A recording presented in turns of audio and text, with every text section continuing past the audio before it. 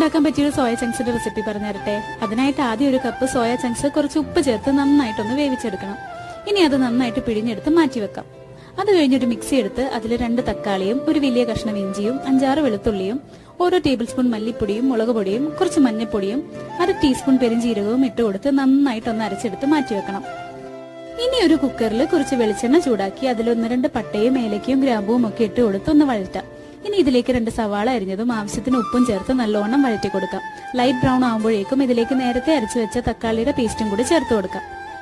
ഈ തക്കാളി പേസ്റ്റിന്റെ പച്ചമണം മാറുന്നിടം വരെ ഒന്ന് വഴറ്റിയിട്ട് ഇതിലേക്ക് 1 കപ്പ് വെള്ളവും ഓരോ ടീസ്പൂൺ കുരുമുളക് പൊടിയും ഗരം മസാലയും ചേർത്ത് കൊടുത്ത് എല്ലാം കൂടെ നന്നായിട്ടൊന്ന് മിക്സ് ചെയ്യാം. ഇനി ഇതിലേക്ക് സോയ കൂടെ ചേർത്ത് ഇളക്കിയിട്ട് കുക്കർ അടച്ച് 2 വിസിൽ അടുപ്പിക്കാം.